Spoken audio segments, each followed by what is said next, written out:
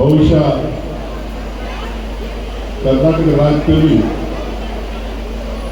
ಅತ್ಯಂತ ಕ್ರಿಯಾಶೀಲವಾಗಿ ಪಂಚಾಯಿತಿಯ ಆಡಳಿತವನ್ನು ನಡೆಸ್ಕೊಂಡು ಹೋಗ್ತಾ ಇರ್ತಕ್ಕಂಥ ಕೆಲವೇ ಗ್ರಾಮ ಪಂಚಾಯಿತಿಗಳಲ್ಲಿ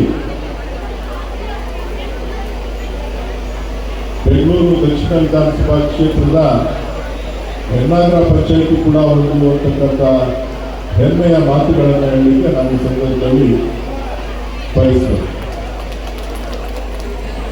ಬಹುಶಃ ಸಾರ್ವಜನಿಕವಾಗಿ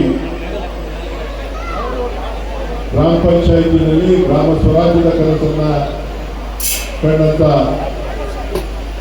ಗಾಂಧೀಜಿಯವರು ಯಾವ ಗ್ರಾಮ ಸ್ವರಾಜ್ಯ ಆಗಬೇಕು, ಗ್ರಾಮಗಳಿಂದ ಗ್ರಾಮದ ಜನರಿಂದ ಅಧಿಕಾರ ಕೊಟ್ಟರೆ ಯಾವ ರೀತಿಯಾದಂತಹ ಬದಲಾವಣೆಯನ್ನ ತರಲಿಕ್ಕೆ ಸಾಧ್ಯ ಅಂತಕ್ಕಂಥ ಒಂದು ಪರಿಕಲ್ಪನೆಯನ್ನು ಇಟ್ಕೊಂಡು ಸ್ವತಂತ್ರ ಪೂರ್ವದಲ್ಲಿ ಗ್ರಾಮ ಸ್ವರಾಜ್ಯದ ಕನಸನ್ನ ಕಂಡಿದ್ರು.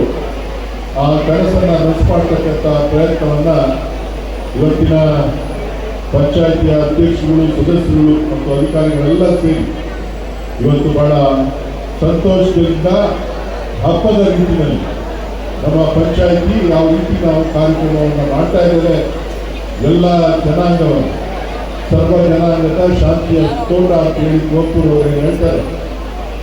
ಬಾಬಾ ಸಾಹೇಬ್ ಅಂಬೇಡ್ಕರ್ ಅವರು ಸಂವಿಧಾನದಲ್ಲಿ ಕೊಟ್ಟಿರ್ತಕ್ಕಂಥ ಹಕ್ಕುಗಳನ್ನು, ಸಂವಿಧಾನದ ಆಶಯಗಳನ್ನು ಒಳಗೊಂಡು ಎಲ್ಲರನ್ನು ಜೊತೆಗೂಡಿ ಇವತ್ತು ಏನು ಕಾರ್ಯಕ್ರಮವನ್ನು ರೂಪಿಸ್ತಾ ಬಸವಣ್ಣವರ ಕಾಯಕವೇ ಕೈಲಾಸ ಅಂತಕ್ಕಂಥ ಏನು ಮಾತನ್ನು ಇಟ್ಕೊಂಡು ಇವತ್ತು ಇಡೀ ಗ್ರಾಮ ಪಂಚಾಯಿತಿ ಒಂದಾಗಿ ಪಕ್ಷ ಭೇದವನ್ನು ಮರೆತು ಜಾತಿ ಧರ್ಮವನ್ನು ಮರೆತು ಈ ಪಂಚಾಯಿತಿಯ ಅಭಿವೃದ್ಧಿಗಾಗಿ ಎಲ್ಲ ಮುಖಂಡರು ಮತ್ತು ಎಲ್ಲ ಸದಸ್ಯರು ವಿಶೇಷವಾಗಿ ಒಂದಾಗಿ ಕೆಲಸ ಮಾಡ್ತಾ ಇವತ್ತು ತಮ್ಮನ್ನೆಲ್ಲ ಒಂದು ಕಡೆ ತಂದು ವಿವಿಧ ಅಭಿವೃದ್ಧಿ ಕೆಲಸಗಳಿಗೆ ಚಾಲನೆಯನ್ನು ಕೊಡ್ತಾ ಇದ್ದಾರೆ.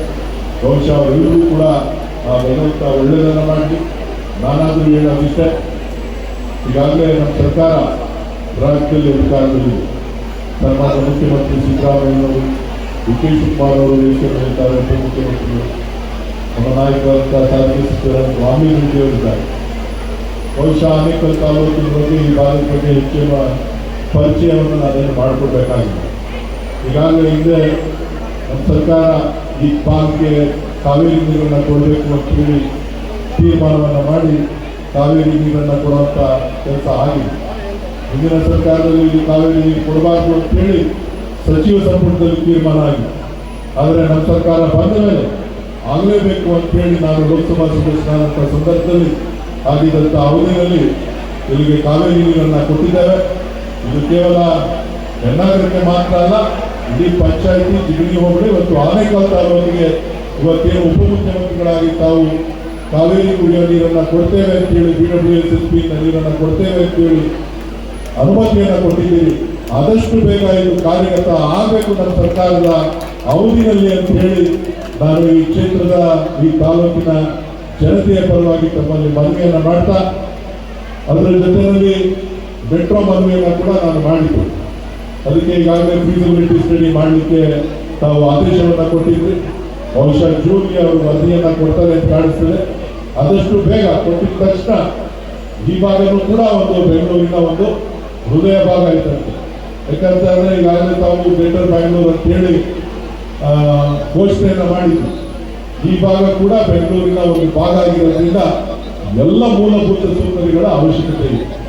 ಅದರ ಜೊತೆಗೆ ರಸ್ತೆ ಸಂಪರ್ಕಗಳು ಸಾಕಷ್ಟು ಈ ಭಾಗಕ್ಕೆ ಆಗಬೇಕಾಗಿದೆ. ಆನೇಕಲ್ ತಾಲೂಕು ಇರ್ಬೋದು, ದಕ್ಷಿಣ ಕ್ಷೇತ್ರ ಇರ್ಬೋದು, BBMP ವ್ಯಾಪ್ತಿಯಿಂದ ಹೊರಗಡೆ ಇರ್ತಕ್ಕಂಥ ಅಭಿವೃದ್ಧಿ ಕೆಲಸಗಳಿಗೆ ಪಂಚಾಯಿತಿಗಳಲ್ಲಿ ಏನು ಸೌಕರ್ಯಗಳನ್ನು, ಮುಖ್ಯ ರಸ್ತೆಗಳಿಗೆ ಸೌಕರ್ಯವನ್ನು ಕೊಡಲಿಕ್ಕೆ ಸಾಧ್ಯ ಆಗೋದಿಲ್ಲ. ತಾವು ಹೆಚ್ಚಿನ ಗಮನವನ್ನು ಹರಿಸಿ ಮಾನ್ಯ ಮುಖ್ಯಮಂತ್ರಿಗಳ ಹತ್ರ ಮಾತನಾಡಿ ಈ ಆನೇಕಲ್ ತಾಲೂಕು ಮತ್ತು ಆನೇಕಲ್ ತಾಲೂಕಿನ ಭಾಗ ಆಗಿರ್ತಕ್ಕಂಥ ಈ ಒಂದು ಜಿಗಣಿ ಹೋಬಳಿಗೆ ಹೆಣ್ಣಾಗರ ಪಂಚಾಯಿತಿಗೆ ಹೆಚ್ಚಿನ ಶಕ್ತಿಯನ್ನು ತುಂಬುವಂಥ ಕೆಲಸವನ್ನು ಜಿಲ್ಲಾ ಉಸ್ತುವಾರಿಗಳಂತ ತಮ್ಮ ನೇತೃತ್ವದಲ್ಲಿ ಆಗಬೇಕು. ರಾಮಲಿಂಗ ರೆಡ್ಡಿ ಅವರಿಗೆ ನನಗೆ ಹೇಳಬೇಕಾಗಿಲ್ಲ, ಯಾಕಂದ್ರೆ ಅವ್ರ ಊರಿದೆ, ದಿನ ಓಡಾಡ್ತಾನೆ ಇರ್ತಾರೆ, ಗೊತ್ತಿರ್ತದೆ. ಸೊ ಇದನ್ನು ಸಚಿವ ಸಂಪುಟದಲ್ಲಿ ಬೆಂಗಳೂರಿನ ಗ್ರಾಮಾಂತರ ಪ್ರದೇಶಕ್ಕೆ ಈ ಒಂದು ಆನೇಕಲ್ ತಾಲೂಕಿನ ಬಗ್ಗೆ ಚಿಂತನೆಯನ್ನು ತಾವು ಮಾಡಬೇಕು. ಯಾಕಂದರೆ I T B T sector, industrial sector ಎಲ್ಲವೂ ಕೂಡ ಇಲ್ಲಿದೆ.